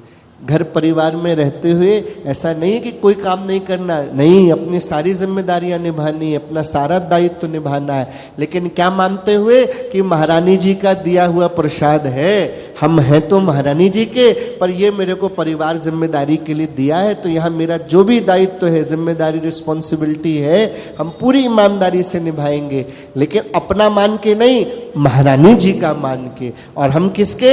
महारानी जी के। सारा संसार किसका? महारानी जी का, और महारानी जी हमारी। ये तो हुआ शॉर्ट। हम कह रहे नहीं, सारा संसार पहले मैं ले लूं, उसके बाद महारानी जी के पास आए। संतों ने कहा नहीं, सबसे सरल तरीका, सारा संसार महारानी जी का और महारानी जी हमारी, तो मामला बन जाएगा। यही उनके माता पिता सिखा रहे हैं। ये भी सिखा सकते थे,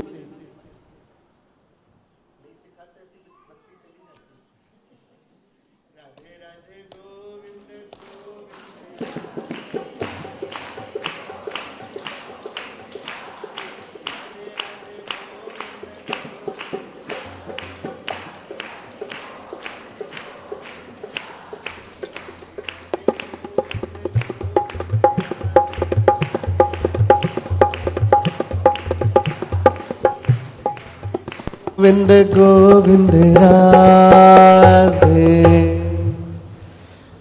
महाराज जी ने देखा तुम लोग नाम नहीं लेते तो उनका लाइट गुल कर दो, इसी बहाने थोड़ी देर कीर्तन तो एक्स्ट्रा हो गया। राधे राधे। अच्छे से बोलो, फिर चली जाएगी नहीं तो। राधे राधे। कहाँ बात चल रही थी? ये नहीं सिखाया उन्होंने अपनी बेटी को कि देख, जगन्नाथ जी तो हैं तेरे, लेकिन तेरे हम हैं असली माता पिता। इधर से जो भी माल टाल मिले इधर भेजती रहना, कुछ भी तकलीफ हो जाए तो घर आ जाना। ये शिक्षा नहीं दी। माता पिता का कर्तव्य है कि अपनी संतान को सही शिक्षा देवे, गलत बल नहीं दे, सही बल दे, सही दिशा निर्देश करें। उनके माता पिता ने सही बात बताई कि ये तेरे सर्वस्व हैं, तेरा संसार में कोई नहीं, ठाकुर जी तेरे हैं, यह तेरो सर्वस्व है, इन गुण गाए रिझाए, इन्हीं के गुणों को गाना है। तन मन धन सो पाइयो सेवा रस समुदाय, तन मन धन से जगन्नाथ जी की सेवा करनी है। ऐसा कह के दिन भर उन्होंने वहां सेवा करी। रात्रि में जब शयन का समय आया तो लोरी गा के जगन्नाथ जी को सुलाया गया, शयन आरती हुई। जब सब हो गया तब उन्होंने कहा, अब बेटी निज गृह चलो। ये तो मंदिर है, यहाँ रहने की तो व्यवस्था नहीं। उन्होंने कहा, बेटी अब अपने घर चलो, प्रात हो तो पुण्य आए, कल सुबह होते ही मंगला से फिर अपन आ जाएंगे। करो मंगला आरती हरि सेवा चित लाए। जगन्नाथ जी में मन लगा के, चित्त लगा के मंगला करेंगे। ऐसा समझ लो कि ये तेरा ससुराल है और वो तेरा मायका है। रात्रि में तू अपने माता पिता के पास रहे और सुबह से मंदिर में सेवा में रहे। तो क्या हुआ, मर्यादा भी रहेगी, भजन भी होगा और बड़ों के निरीक्षण में रहना है।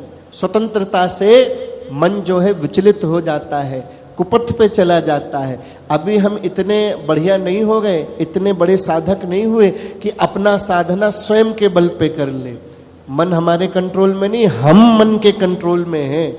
मन हमारी नहीं सुनता, हम मन की सुन रहे हैं। हम दिन भर में अगर विचार करोगे तो एक बात अपने मन से अपनी नहीं करवा पाते। मन जैसा कहता है अपन वैसा करते हैं। मन कहेगा ताली बजाओ तो बजाएंगे, मन कहेगा राधे राधे कहो तो कहेंगे, अगर नहीं कहा तो बेचारा मौन रह जाता है। कौन बार बार कहे, ताकत लगती नहीं लगती, मेहनत लगानी पड़ती। तो मन जैसा कहता है वैसा करते हैं।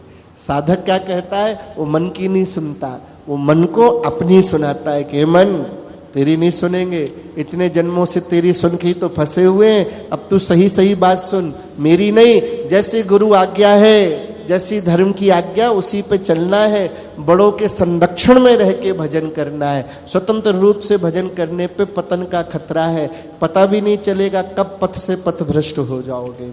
इसलिए उनके माता पिता ने कहा साथ में रहो और क्या करो, यह तेरो घर वर रहो वाकू पीहर जान।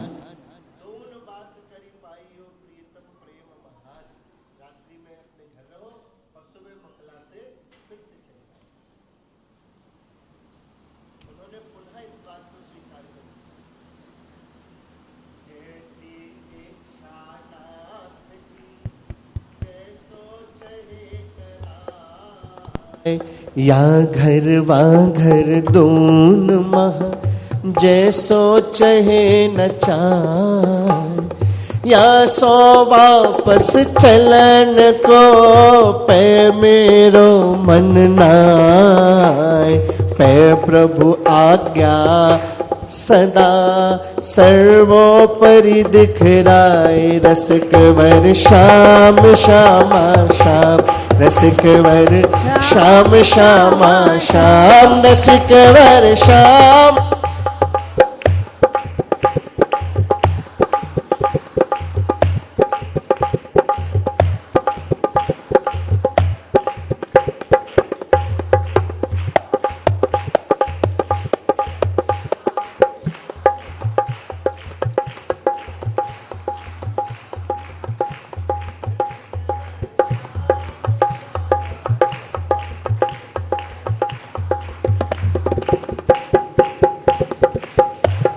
श्यामा श्याम, रसिक वर श्याम श्यामा श्याम। वृंदावन बिहारी लाल की। पद्मा जी ने कहा जैसी आज्ञा, पर मेरा मन नहीं है जगन्नाथ जी को छोड़ के जाने का, लेकिन हे प्रभु की आज्ञा सदा सर्वोपरि दिखाए। यहाँ कितने अच्छा सिद्धांत बताया, अपने मन के हिसाब का नहीं करना है, गुरु के मन के हिसाब का करना है, हरि के मन के हिसाब का करना है। पद्मा जी कह रही मेरा मन तो यहां से जाने का नहीं है, लेकिन ऐसी अगर प्रभु की इच्छा है तो उनकी इच्छा सर्वोपरि है, उनकी इच्छा हमारे लिए सबसे ऊपर है, हमारी इच्छा का कोई मोल नहीं है। जब अपनी इच्छा की कीमत होने लगती है वहीं झगड़ा खड़ा है। जहां हम अपने मन का करना चाहते और नहीं होता वहीं उदासी आती, वही हताश हो जाता है, वहीं फिर इरिटेट, फ्रस्ट्रेट और डिप्रेस होते लगता है। इसलिए अपने मन का नहीं, बड़े जैसा कह रहे हैं, गुरुजन जैसा कह रहे हैं वो सर्वोपरि होना चाहिए। ऐसा कह के वो लोग आए और हुआ कि अगले दिन जब तीनों सुबह जब ब्रह्म मुहूर्त में उठे तो आपस में उन्होंने कहा, सुदेव जी ने कहा, हरि प्रिय आज बड़ा विलक्षण बात हुई। क्या हुआ? बोले मेरे सपने में जगन्नाथ जी आए। बोलो जगन्नाथ स्वामी की। जगन्नाथ जी आए और उन्होंने कहा कि भाई हम तुम्हारे भाव से बड़े प्रसन्न हैं और हम तुम्हारी पुत्री को स्वीकार करते हैं। मेरा ही स्वरूप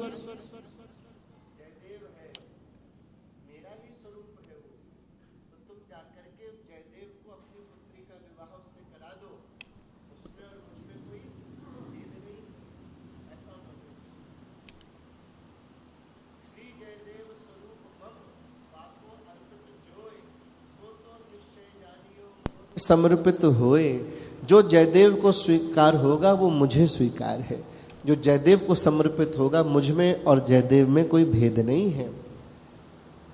उनकी पत्नी ने कहा मुझे भी ऐसे ही दर्शन हुआ, मुझे भी जगन्नाथ जी ने स्वप्न दिया और उन्होंने कहा कि तुम जयदेव को अपनी कन्या का विवाह करा दो, मुझ में उसमें अंतर नहीं।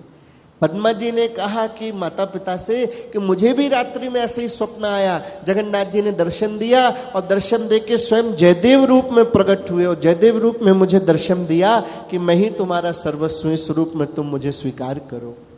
अब तीनों को ही एक स्वप्न आया है। अब अता पता तो बताया नहीं। ठाकुर जी की लीला बड़ी विलक्षण है। विवाह होने जा रहा है तो विवाह सीधे सीधे थोड़ी ना होता है, रुकावट आती रहती, इसलिए लाइट आती जाती रहती, तो चिंता नहीं करो, ये तो कथा के अनुसार ही लाइट चल रही है। अब ढूंढने जा रहे हैं किसको ढूंढने जा रहे हैं? जयदेव जी को ढूंढने जा रहे हैं। कौन ढूंढने जा रहा है? सुदेव शर्मा उनकी पत्नी और पद्मा जी को लेके जा रहे हैं। रास्ते में जो मिलता है तो उससे पूछते हैं, भैया तुमने जयदेव को देखा है क्या? कहीं ये जयदेव जी कहाँ मिलेंगे, जयदेव महाप्रभु? कोई जानता है तो बता देता, अभी हमने उनको वहाँ देखा था। कोई कहता हम नहीं जानते भैया। किसी ने कहा हो अभी अभी वहाँ से निकले हैं, आप वहाँ चले जाओ, वो सरोवर के पास है, वहाँ गए, वहाँ नहीं है। मिलना भी तो इतना सरल नहीं है। ठाकुर जी के रास्ते पर जब चलेंगे तो वह आपके धैर्य की पूरी तरह से परीक्षा लेगा। भगवान आपके रिजल्ट को नहीं देखता, क्योंकि रिजल्ट तो उसे खुद को पता है कि हमारी योग्यता क्या है, क्या ही रिजल्ट आने वाला है। राधे राधे। भगवान क्या नहीं देखता? आपका रिजल्ट नहीं देखता। क्या देखेगा? बनाने वाला तो वही है। फिर क्या देखता है? वो आपकी सबसे पहली प्रतिक्रिया देखता है, सबसे फर्स्ट रिएक्शन जो है वो देखता है, आपका प्रयास देखता है कि आप कोशिश कितनी कर रहे हैं। जानता तो वो है कामयाब होगे कि नहीं होगे, सफल होगे कि नहीं होगे, तो उसको मालूम है। प्रारब्ध तो उसने लिखा है तुम्हारे कर्मों के हिसाब से, पर ये देखता है कि चेष्टा कितनी कर रहा है, कोशिश कितनी कर रहा है। इसके अभ्यास में नहीं है प्रसन्न रहना, इसके अभ्यास में नहीं है बार बार राधे राधे कहना, ताली बजाना, जय जयकार करना, ध्यान से सुनना, चैतन्य होना, आंखें खोल के सावधानी से सुनना, इसके अभ्यास में नहीं। लेकिन ये कोशिश कितनी कर रहा है। जब वो हमारा प्रयास देखता है तो प्रसन्न हो जाता है, और प्रसन्न होकर के हमारे प्रयास को सफल कर देता है। यहाँ ढूंढ रहे, नहीं मिल रहे जयदेव महाप्रभु। तभी दूर से उन्होंने क्या देखा कि एक वृक्ष के नीचे कोई व्यक्ति बैठा हुआ ध्यान कर रहा है। इन्होंने कहा चलो उसी के पास चलते, ये शायद कुछ बता दे, संत जैसा लग रहा है, शायद इसको पता हो जयदेव कौन है। तीनों जैसे ही गए तो जैसे ही वहां पहुंचे तो पद्मा जी ने देखा, अस कही चले मगन हर्षाई, यह तो प्रभु धनी हम न पाई। वो तो देख के पहचान गई। कैसे पहचाना? अभी तक मिले तो है नहीं, फिर कैसे पहचान लिया? स्वप्न में तो दर्शन किए थे। अरे बोले यही जयदेव हैं जिन्हें हम ढूंढ रहे थे। जयदेव जी को सबने प्रणाम किया। अब सुदेव जी ने सारी बात बताई कि भगवान हम आपको ढूंढते ढूंढते आए। जयदेव जी ने पूछा कैसे ढूंढना हुआ? बोले ऐसे ढूंढना हुआ कि जगन्नाथ जी ने, हमारी जो कन्या है उसको हमने जगन्नाथ जी को समर्पित किया, तो आज जगन्नाथ जी ने ऐसी आज्ञा दी कि हम अपनी कन्या का विवाह आपसे करा दें। और जयदेव जी ने कहा भगवान ऐसा है, आपको आज्ञा हुई, हमको कोई आज्ञा नहीं हुई, इसलिए आप जगन्नाथ जी से ही बात करें। मैं विवाह नहीं करना चाहता, मैं विरक्त भक्त, जंगल मुझे साधना करनी है, मेरे को शादी आदि क्या आप किस चक्कर में पड़ा रहे हैं, मेरे को कोई आज्ञा नहीं हुई है। उन्होंने कहा नहीं भाई, हमें तो आज्ञा हुई है, हम तो आज्ञा मानेंगे जगन्नाथ जी की। जयदेव जी ने कहा सुनो पिता श्री हरि अनुशासन, श्रोधारे मोह कहा विश्वासन, पै तुम प्रभु के ही ढिग जाओ, मोहे याहित समर्थ नहीं पाओ। आप जो कह रहे हैं मुझे आपके वचनों पे विश्वास है कि आप झूठ नहीं कह रहे होंगे, पर ऐसा है कि आज्ञा आपको हुई, मैं इसके लिए योग्य नहीं, समर्थ नहीं हूं। आप जिसने आज्ञा दी उन्हीं के पास जाके बात करो। अब सुदेव दंपति जो हैं बड़े असमंजस में पड़ गए कि क्या करें। जगन्नाथ जी कह रहे इनसे ब्याह कर दो, और ये कह रहे मुझे करना नहीं, अब हम क्या करें। दृढ़ विचार करी सोच कछि, कहाँ बैठे ही समझाए। साधक के मन में जब हरि विश्वास होता है, हरि बल होता है, गुरु बल होता है, तो उसके मन में संशय नहीं होता। उसका संकल्प कैसा होता है? सुदृढ़ होता है, मजबूत होता है। एक छोटी सी बात आप समझे, मन जो है ना, उसका काम है संकल्प और विकल्प करना। मन का क्या काम है? संकल्प और विकल्प करना। संत कहते हैं संकल्प तक तो ठीक है, गड़बड़ कहाँ होती? जब विकल्प आता है, जब ऑप्शन आता है, वहीं गड़बड़ है। जब ये करना है, संकल्प है, तो कोई दिक्कत नहीं, व्यक्ति कर सकता है। जब संकल्प का विकल्प उसे मिल जाता है कि बिना किए भी किया जा सकता है, वहीं गड़बड़ होती है। इसलिए संत कहते हैं जब गुरु आज्ञा से दृढ़ संकल्प ले लो तो फिर विकल्प के ऊपर नहीं देखना, अपने संकल्प पे ही रहो। हरि बल से संकल्प जरूर पूरा होगा, हमें नहीं करना है, पूरा वो कराएगा।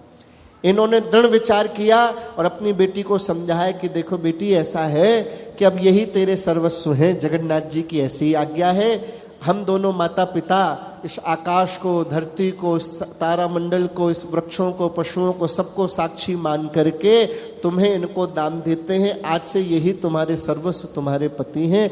अपनी पातिव्रत धर्म को निभाना, जैसे सीता सावित्री जैसे सबने अपने धर्म को निभाया। हे बेटी, हे पद्मा, आज से तुम्हें इनको पति मान के इस धर्म का पालन करना है। और ऐसा कह के दोनों प्रणाम करके दंपति तो चले गए। और चले नहीं गए, पास में जाके छुप के देख रहे, बेटी का मामला है भाई, सुरक्षित रहे। इधर दोनों आपस में बात कर रहे हैं। या जग में कस रीति चलाई, बेटी विरह महा दुखदाई। दोनों बात कर रहे हैं कि पुत्री का विरह कितना दुखदाई होता है, लेकिन ये रीत है कि एक ना एक दिन पुत्री की विदाई करनी पड़ती है। सुदेव जी के मन में प्रश्न आया, मन ही तो है। यहां देखें साधक के मन में क्या क्या आ जाता है और कैसे उसको संभालना चाहिए। ये लीलाएं इसलिए जरूरी है क्योंकि ये आम आदमियों की लीला है। ऐसे हम लोगों के मन में भी संकल्प विकल्प आता है, तरह तरह के ख्याल आते रहते हैं। सुदेव जी के पिता के मन में आया कि हमने कोई गलती तो नहीं कर दी। जंगल में अकेले बाबा जी को अपनी बेटी दे आए और वो कह रहा है हमें रखना नहीं, हमें शादी करना नहीं। कहीं गड़बड़ तो नहीं हो, कोई गलती तो नहीं हो गई हमसे? बेटी हमारी ठीक रहेगी कि नहीं रहेगी? इकलौती बेटी है, जिसको दी वो तो मना कर रहा है। कहा उचित हमने कियो हरि अनुशासन मान। भगवान की आज्ञा मान के ठीक किया कि नहीं कि भाई भूल या हाय कछु सको न हो अनुमान की कोई भूल हो गई, समझ नहीं आ रहा। यहां आपकी निष्ठा की परीक्षा हो जाती है। जब आप भजन करते हैं, जैसे जैसे भजन बढ़ता है वैसे वैसे परीक्षा का स्तर भी बढ़ जाता है। एमए की कक्षा में ABCD नहीं पूछी जाती। जब एमए की कक्षा में आओगे तो सवाल भी एमए के स्तर का रहेगा। उसी प्रकार से पत्नी लेकिन तुरंत बोली नहीं नहीं, जो जगन्नाथ जी ने कहा वही हमारे लिए कल्याणकारी है। 3 सपने आए भाई, कोई एक कोई इत्तेफाक की बात थोड़ी ना है। आपके भी सपने में जगन्नाथ जी आए, मेरे में भी आए, पद्मा के में, और तीनों ने एक ही बात कही कि जयदेव से विवाह कर दो। तो ये सीधा सीधा प्रमाण है। इसलिए आप भगवान की आज्ञा में शंका मत करो। जो होगा जगन्नाथ जी जो करेंगे और सब कल्याणकारी ही करेंगे, ये विश्वास होना चाहिए कि हमारे जीवन में महारानी जी जो भी करेंगी वो एकमात्र हमारे कल्याण के लिए ही होगा। आज तक जो किया वो भी उन्होंने हमारे कल्याण के लिए किया। जो कर रही हैं वो कल्याणकारी, और जो भविष्य में करेंगी वो भी कल्याणकारी होगा। जिसको ये विश्वास रहे और दृढ़ पक्का विश्वास रहे, उसका तो कल्याण होना ही होना है। जयदेव जी ने देखा भैया ये लोग तो चले गए। पद्मा जी को समझाया कि देखो तुम्हारे माता पिता चले गए, तुम अब घर जाओ, तुम भी घर जाओ। मेरे संग रहने में कोई सुख नहीं, मैं तो जंगल जंगल भटकने वाला हूँ। अभी भी कुछ देर नहीं हुई, तुम भी अपने माता पिता के साथ जाओ। अभी ज़्यादा देर नहीं हुई होगी, ज़्यादा दूर नहीं गए होंगे। पद्मा जी ने कहा भगवान, मुझे तो मेरे माता पिता ने जगन्नाथ जी के चरणों में सौंप दिया, पूर्ण समर्पित नाथ। और तुम वा कोई स्वरूप हो, आप उन्हीं का स्वरूप हो। तुम लही भई सनात, तो हम आपके शरणागत हैं। माता पिता आपको सौंप के गए हैं और आपकी ही सेवा करना मेरा दायित्व है। अब आप चाहे हमें प्रेम से रखो, मारो, दुत्कारो, जो करना है जैसा आप चाहो सो करो, पर हम आपकी सेवा छोड़ के नहीं जाएंगे। जयदेव जी ने सोचा भाई पद्मा जी से कैसा है, सुबह नाथ मंदिर चलो, चलो साथ में जगन्नाथ जी चलो, वही झगड़ा निपटाएंगे। खुद 16,108 विवाह करके बैठे हैं, अभी भी इनका जी नहीं भर रहा, मुझे और फंसा रहे हैं। तुम चलो जगन्नाथ जी चलो, जगन्नाथ जी झगड़ा सुलझे, मेरे बस की बात नहीं है। वो सामर्थ्यवान है, हमसे नहीं हो पाएगा। दोनों चले। उस समय मंदिर में भोग आया हुआ था तो पट बंद थे। पद्मा जी के साथ जयदेव जी जब अंदर जाने लगे तो पंडों ने क्या किया कि जयदेव जी को रोकने के लिए डंडे से उनको मार दिया, तो सर फट गया, खून बहने लगा। मूर्छित होके जयदेव गिर पड़े वहाँ। पद्मा जी हाय हाय करने लगी, भक्तों का समाज जुड़ा है कि हाय ये क्या हुआ। उनमें से कईयों ने पहचान लिया, कह रहे ये तो जयदेव महाप्रभु हैं। वहाँ बड़ी भीड़ हो गई। उसी समय वहाँ के पुरी नरेश जो है, पुरी के राजा वहाँ आए थे ये सब भीड़ में। उसी समय जब पट खुला, जगन्नाथ जी के दर्शन के पट खुले भोग के बाद, तो राजा ने क्या देखा भक्तों के साथ कि जो जगन्नाथ जी के वस्त्र वो सारे रक्त में हो रखे। जो रक्त जयदेव महाप्रभु जी के वस्त्रों में लगा है, जो उनका सर फटा, यहाँ जगन्नाथ जी के विग्रह से रक्त निकल रहा है। जय हो। घबरा गए राजा देख करके, हाय ये क्या हुआ, ये क्या अनर्थ हो गया भगवान, ये रक्त सने जगन्नाथ जी के वेश कैसे हैं। तो सब भक्तों ने कहा कि पंडों ने दुष्टता करी, जयदेव महाप्रभु जी को मारा, तो उनको जो चोट लगी तो वो चोट जगन्नाथ जी ने अपने ऊपर ले ली है। जय हो। हो। पुरी नरेश ने बड़ी क्षमा मांगी। मंदिर माज वही नभमानी, तभी उसी समय वहां आकाशवाणी हुई और उन्होंने कहा अरे मूर्ख, जयदेव मेरा ही स्वरूप है, मुझ में और जयदेव में कोई भिन्नता नहीं है। रसिकाचार्य स्वरूप हमारो, ये हमारे रसिक आचार्य हैं। या को तनमन मेरो प्यारो, ये मेरा बड़ा प्यारा है। भगतन दुखों निज सिर धारू, योग क्षेम या विधि विस्तारू। मैं अपने भक्तों के दुख को अपने ऊपर ले लेता हूँ और इस प्रकार उनका योग क्षेम वहन करता हूँ। ये सुनकर के तो सब घबरा गए। पुरी नरेश बाहर आए, उन्होंने आकर के जयदेव महाप्रभु जी से क्षमा मांगी और इधर उन पंडों ने आकर के क्षमा मांगी, जयदेव जी से हमसे गलती हो गई, हम आपका स्वरूप नहीं जानते थे, हमसे बड़ा अपराध हुआ। उन्होंने जयदेव जी से पंडाओं ने आकर के क्षमा मांगी सबने कि हम आपका स्वरूप नहीं जानते थे। पुरी नरेश ने आकर के क्षमा मांगी। वो जो राजा थे बल्लाल सेन, वो बांकुड़ा के राजा थे, जो अभी 3 दिन से अपन सुन रहे ना, जिन्होंने किंदु बिल्व वाटिका में स्थान दिया, वो दूसरे राजा है। बांकुड़ा कोई स्थान है, वहाँ के राजा है। और ये जिस राजा की बात हो रही है जगन्नाथपुरी के राजा है, पुरी नरेश है। तो आज पुरी नरेश ने दर्शन किया और उसने आकर के क्षमा मांगी कि भगवान बड़ी गलती हुई, अब कैसे सुधारे। तो उन राजा ने तुरंत सैनिकों को, दासियों को बुला करके बढ़िया रथ मंगवाया और रथ में पद्मा जी को और जयदेव महाप्रभु को बिठाल करके बढ़िया घंटे घोष आदि बजवाते हुए शोभा यात्रा निकाली कि हमसे गलती हुई, आप जगन्नाथ स्वरूप है। तो उनकी शोभा यात्रा निकाली कि भाई हमसे जो गलती उसके लिए क्षमा करें।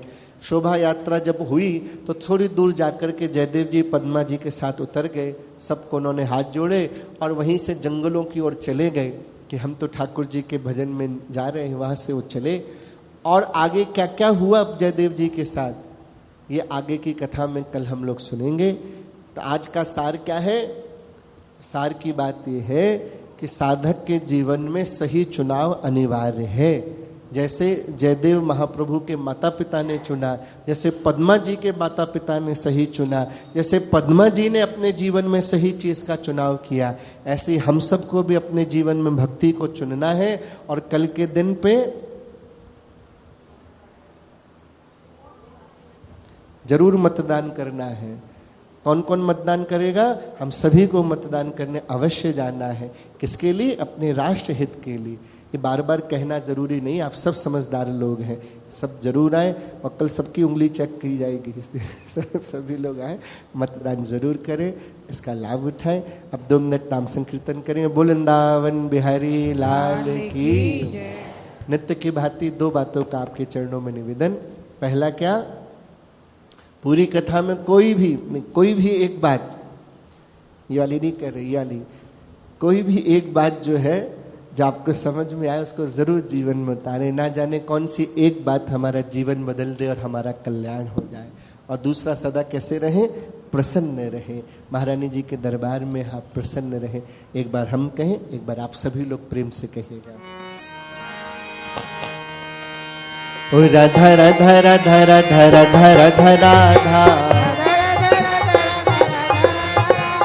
राधा राधा राधा राधा राधा राधा राधा श्री राधा राधा राधा राधा राधा राधा राधा राधा राधा राधा राधा राधा राधा राधा राधा राधा राधा राधा